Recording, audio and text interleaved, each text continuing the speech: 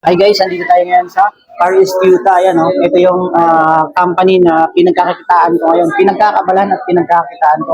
No? So, ang maganda kasi sa company na to is, yan, kagaya ko, empleyado din ako ngayon. So, nasa isang present work ko ngayon is motorcycle shop company. Yan. So, yun yung trabaho ngayon. Pero, dito sa Paris Tuta Marketing, hindi ko to ginagawa na full time. No? So, kung kagaya ko, ikaw, na may trabaho din, pwede mo itong gawin as a part-time. No? So, ang kagandahan yan is, hindi mo ito gagawin mag-isa dahil grupo tayo. Ayan, no? Diba?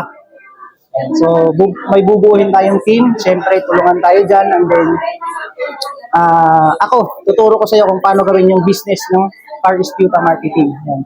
So, ito pang pinakamaganda dahil meron tayong KA ngayon. Ayan, no?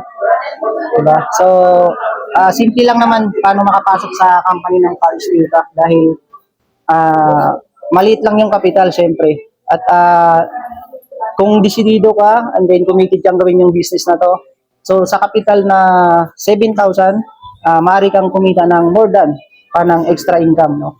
So, ayan. Very excited ako dahil yung team din na bubuhin natin, syempre yan, bubuhin ko. At sama-sama tayong gawin yung negosyong ito. So, nakakatuwa dahil yung mga team ko is meron ding PA din. Ayan, so Coach Ray, ano ba yung mga PA mo ngayon? Ilan yan? So para ngayon, meron tayong PA, bali tatlong basic account. So meron tayong nag-PA. Tatlo yan, Coach? Yes, tatlong account. And, Bali, ilan yung isang account yan? 7,000 yung isang account. So meron tayong 18,000, tatlong account. Meron tayong nag-join from Antique pa. At the same time, meron tayong isang kasama na member din. Okay, congrats ha. Diba? Nakakatuwa.